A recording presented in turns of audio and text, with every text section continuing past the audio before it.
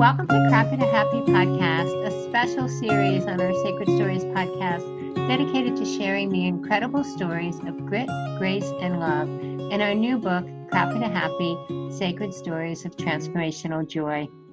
I am your host, Rev Ariel Patricia, and together we will answer the question, do bad things happen to good people, or could the difficulties we face be gifts in disguise? Today we are speaking with Deborah Beauvais, whose story in Craft It a Happy is titled Search Within.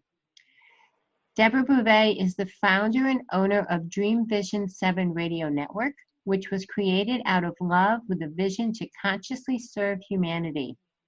She is an intuitive, healer, and facilitator of light as a Reconnective healing and the Reconnection practitioner, trained by Dr. Eric Pearl. Deborah is founder of the Kids for Love Project and Kids for Love Project radio show. She is the author of The Paper Doll Kids, co-written with Janine Sullivan.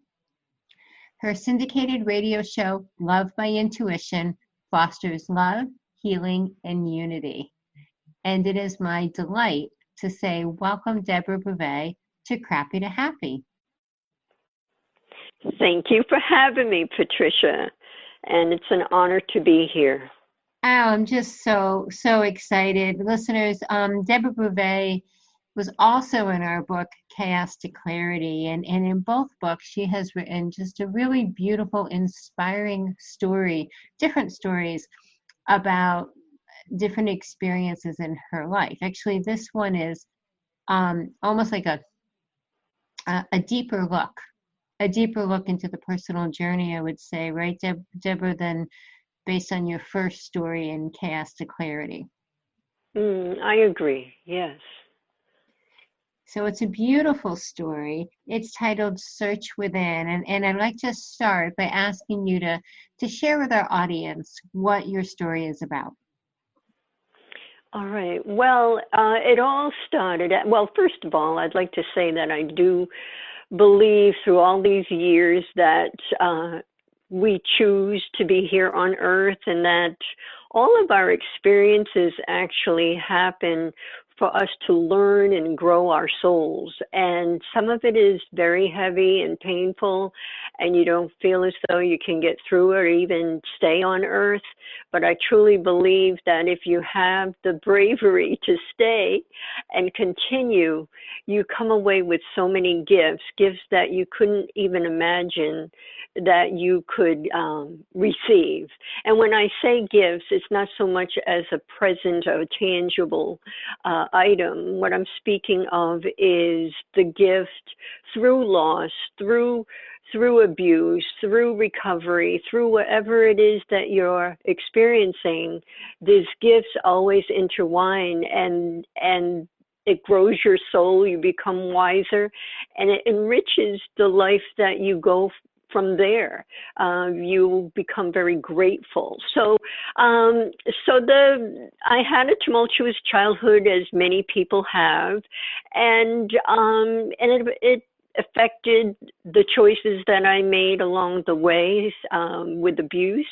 And then I found my amazing, phenomenal partner, which was my husband of 17 years, and we had 3 girls, and he was killed in a accident, it was actually a motorcycle accident, to be exact. And I always like to share that he was one who trained people how to ride safely and get certifications. He was a very safe driver, so it wasn't about that. But he was killed suddenly in an accident on the way to work, and I found out through a phone call. It was interesting because the police did not show up. The doctor from the ER called. And so I went into shock. I think I've shared that I cried for years. And it was just I have to say, and those that have experienced it with someone very, very close or with a child, every inch, every piece of your body aches and in pain like you have some astronomical disease. And you're really in a fog. The fog went on for a couple of years, and then from there you're faced with the reality of what you have to do. You have to pick up the pieces. And so I have become the mother, the father, the friend, everything to my girls. And they were very dear to me because now all I had was them. And so what happens when you experience this kind of tragedy, you do go into shock because you're not prepared. It's not like when someone is ill and there's still fear and tragedy, of course, but this is a shock. So you put one day into a family with everyone has their responsibilities and you're resonating in joy and love, and then the next moment that's over. So through all that I experienced, the girls grew up, they became amazing young women. They went through the rest of school because they were young, and then they all went on to college. And through it all, I became a very strong individual. And so I don't know how much more you want me to get into it at this juncture, Patricia. Well, first of all, I just want to say that I appreciate the sharing, because I mean you're speaking about, you know, a very personal subject, and of course, you know, even you're jokingly saying, you know, I cried for years. I mean, that really is a reality. And so I think, you know, Right. many years have passed, and you're able to frame it, you know, in a way to speak about it, to help others. But I just want to acknowledge that this, you know, this is kind of a big deal. And Deborah, you are the kind of person that really, you know, you're the personification of the crappy to happy stories, you know, that, Right. and you starting off even saying that, you know, it takes it takes, you know, I say stamina, you know, but strength sometimes to move through this world. Absolutely. And Mm. but you still pointed to gifts, you know, you still pointed to Right. the gifts that can come from it. So I just wanted to just, before we continue, just acknowledge that this story is it is deep, and it is painful, and it is one that you survived to begin with, and then you went on to build from there. And Right. Yeah.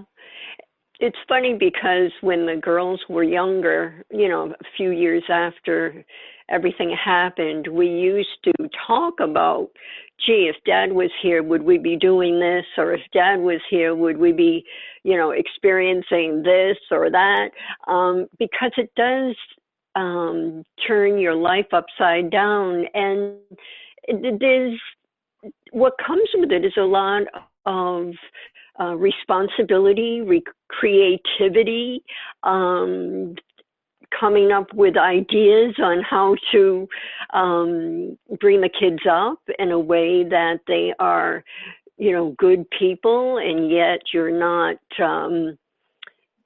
too overpowering with them, and yet you don't want to be a friend because there's that balance there. But the responsibility, I guess, was the biggest lesson, other than survival and being here without that partner. Because for my person, I mean, for some people that their husbands or wives transition to another place, it gives them an opportunity to find maybe their soulmate. And for me, Rick was everything. You know, he was the opposite of my first marriage. So people used to marvel at us. So he was just everything. And he was an exceptional dad, bringing them to the library and getting them involved with camping and nature and all that. But the responsibility comes, there's so many what's the word I'm trying to think? There's so many variables that come up when you experience something like this. And when you open yourself up to consciously live from a place of growth, soul growth, all kinds of things open up, and you revisit childhood wounds. That child memory is there. You connect with it, and a lot of things bubble up. So for me, with the responsibility, it was just overpowering for me, overwhelming, should I say. But I got through it. And what brought the gift to me is revisiting my childhood and seeing that I chose my parents and they did the best they could with what they knew at the time. But my mom had mental health issues and she added alcohol to it. My dad was a farmer, so we grew up in the land and nature. And my dad was someone that was very laid back, a man of a few words. At the end of his life, I was able to get him to openly say he loved us kids as adults. But it gives you kind of an idea of who he is. He was just very quiet. He was brought up in an environment that didn't show affection or love. And my mom yearned for that. And my mom was actually abused as a child and was given up. So naturally they had issues. But the gift that I found is that my mom in the early days, she used to make costumes for Halloween, coats for us to, this is very in the early day, like before I'd say up until I was 8 years old. And she was an excellent cook. I mean, she made dinners on Sunday. She did a lot of things in the early days, so it brought my appreciation and turned my thoughts from really anger to loving her as she was. So that's one of the joyful, happy things that came out of that. And then embracing my dad. And recently, I have to say that he visited me in the dreams and acknowledge that he truly loved and is still supporting myself and I'm sure my siblings. So there's all these things that are weaved in, and you become a strong, creative individual. Who would know that I would have started a radio network, a station. So here we are, Patricia. But and I have to really point out that through all that I've experienced, I've been able to help others. And that is something that really, it's helping others. And I'm sure you have found that out as well. Mm-hmm. Well, so it's interesting because your story in Chaos to Clarity, your healing and part of your healing journey was when you were helping others, right? So you were able to come up for air through your grief in helping and serving others. Your story in Crappy to Happy is search within. And so I'm so happy that you brought your parents into the conversation because that is the journey, right? That you write about that and other things in this book, because there's the inner journey and the outer journey, right? But discovering, going deeper and understanding more of our experiences is the search within, It is. It's really what it's all about, and that's the main lesson I think that we find is all our answers, all our healing, everything is inside of us. It's not on the outside. We're always looking on the outside, but the joy really comes from when you allow yourself to feel these things, question them, and embrace them in a sense, and then you release them and you find you soften your thoughts around them. You change your way of thinking about tumultuous things. I mean, the things that we experienced were something that you wouldn't want anyone to experience, and yet I'm okay with it now. I'm really okay with it. And recently, one of Rick's best friends, uh, actually was killed in a motorcycle accident. He was sitting at a light down in Florida. Um, he was just waiting to get gas, and someone didn't see him, and he was killed instantly. And so I'm honored to keep in touch with Laura, his wife, and she wants to hear, parts of things that normally no one else would want to hear, but she's asking a lot of questions, and her journey will be different than mine, and yet I can support her, answer her questions, and some of them are very deep, but I'm honored to help her. And I find it fascinating years later that Buzzy is what his nickname was, would transition in the same way. And yet here we are coming together, intertwined again.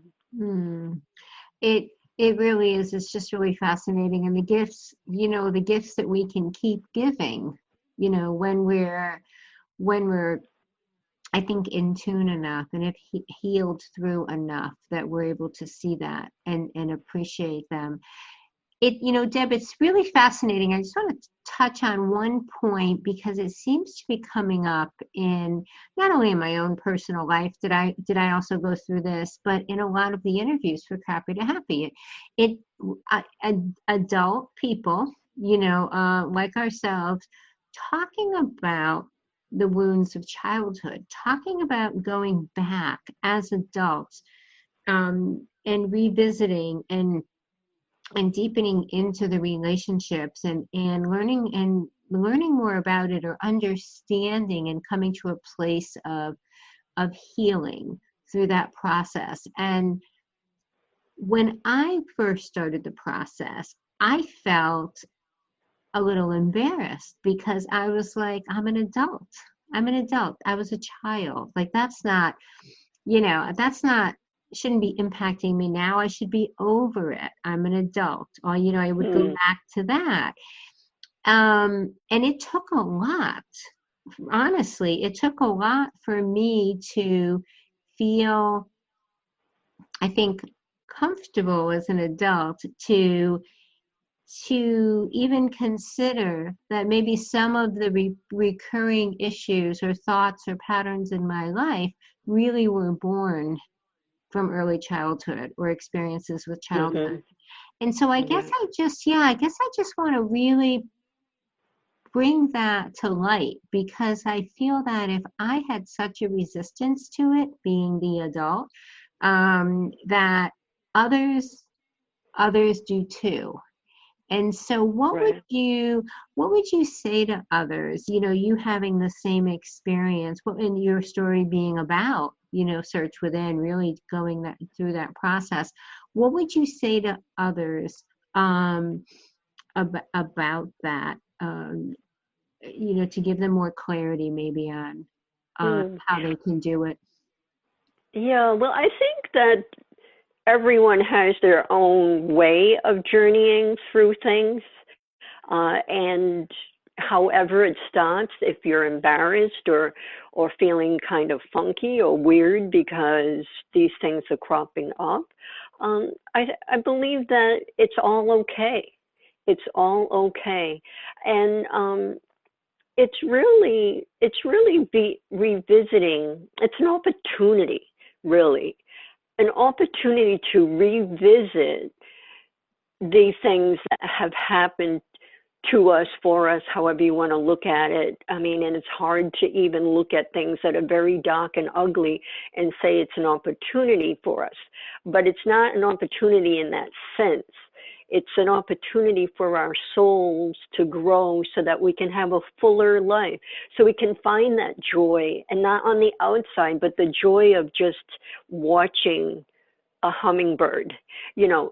It sounds silly, But as you do the healing work and as you go along through your whole entire life, you experience some of the most profound things that you feel as though, oh my gosh, if I had to transition and die at this moment, I'd be okay with it because of the experience I just have had. And that's with nature or something synchronistic or anything of when we're flowing in the glow of the energy of this universe, of God and all that is to be. So I think when someone does feel embarrassed and such, I think it's just because it's new to them. It's something they're not familiar with. But I always like everyone to sit quietly, like a meditation, but just sit quietly and pay attention to your breathing and just arch your arms and up your palms up and just see what happens. And a lot of times one starts connecting with child experiences. And you're able to, be brave enough to look at it because so many people are in stress, especially now. They're in stress, they're confused, they're in fear of what's happening. There's uncertainty with the COVID and all that's happening in the world. But there is no guarantee of what's going to happen anyway. So channel that fear and that anger into love. And when you're resonating in the love, that's when you feel power. And it's not power to take over someone else. It's power of being, power that all is going to be right with your world, your family, and the extended family, and all over the world. People will feel that love.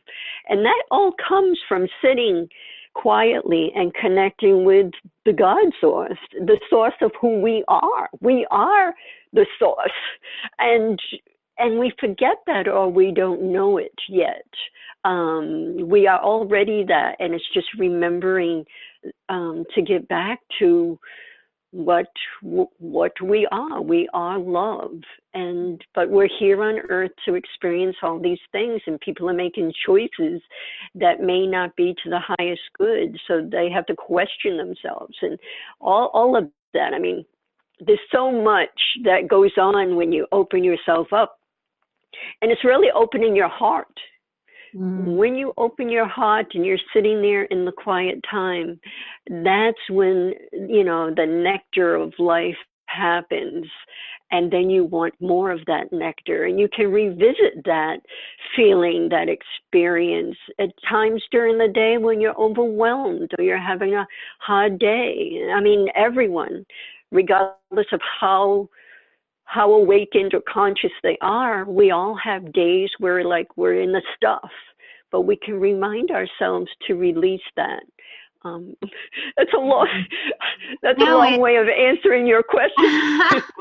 No, but it's all thank you. It's all, it all is very true, and it's very relevant. And I want to ask you, because listeners, you can hear the passion in Deborah Beauvais' voice. You know that she is walking her walk.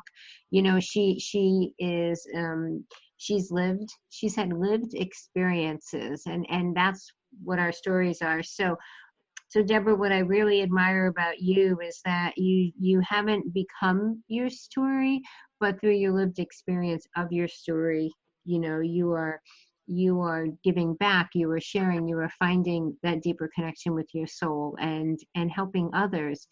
And again, you personify the crappy to happy story. And so I'd like to ask you, as we wrap up, I'd like to ask you, your greater work is immense, and a part of it is your Dreamvisions 7 radio network, which is filled with shows to help, as we said in the beginning, to consciously serve humanity, right? And so please tell our listeners how they can find out more about Dreamvisions 7 radio network and your specific show, also Love by Intuition. Well, thank you. And before I share that, I would just like to say that where I am today, I may be different a year from now, more evolved. Who knows? But it takes time. You know, I think we're hard on ourselves, and it takes time once we become awakened. So be kind to yourself. As far as Dream Vision 7 Radio Network, which is my baby, it's 13 years old. It is a syndicated Boston-based internet radio station with all the bells and whistles, video, whatever platform you listen to, radio, we're there. The whole mission of the station, and this was 13 years ago, which is so apropos today, was to help people heal, help people find joy, help people find peace within their lives. And I mean, a simple thing, which is a phenomenal thing, is to find peace on the outside in the world, we have to start with ourselves. Well, it isn't all that easy, but that's how we change. The energetic vibrations change once more of us are resonating in love and joy for ourselves and others. So that's really what the station is all about. And everyone that comes to us is on that same wave. They may have their own mission, their own way of supporting or helping others, different modalities. Some of our hosts are MDs, like Dr. Bernie Siegel and Dr. Emmett Miller, Dr. Carolyn Dean, who's phenomenal. So and then we have regular people, but profound wisdom that they have to help others. They're not better than anyone else, but we're here to help others. We all need to be, you know, it's all about being together and helping each other in community, just reaching out to others. So that's really what the station is all about. And that's all the people that come are on that same beautiful wave. And it's dreamvision7radio.com. And 7 is the number 7. The number 7, which is my fortunate number since I was little. And the Love by Intuition show is on the same wave. It's all about going within, loving yourself, all kinds of different guests, authors. So that's been going on for 16 or 17 years. Yeah. So I welcome everyone for a listen. You can get the apps. Yeah. So thank you, Ariel, Patricia. Yeah, no, absolutely. And I encourage everyone to check out Dreamvisions. Visions is with an S, 7, number 7, radio.com. And Deborah Beauvais show, specifically Love by Intuition. Deborah, thank you so very much for being an author in Crappy to Happy and for sharing your wisdom and your story with us today. Thank you. Thank you for having me, and thank you for all that you do, Patricia. Thanks. Yeah, it's fun. Well, I get to talk with people like you, so it's, it's a good day, Deborah. And our new book, Crappy to Happy, Sacred Stories of Transformational Joy, listeners, is really just jam-packed. Honestly, when we say true stories of grit, grace, and love, we're not kidding. And I would encourage you to pick up a copy. It's available through Amazon, booksellers worldwide, or direct from Sacred Stories Publishing. And so thank you for listening. I'm your host, Rev Ariel Patricia, and you know what I'm going to say. Until next time, I encourage you, as always, to write your sacred story well.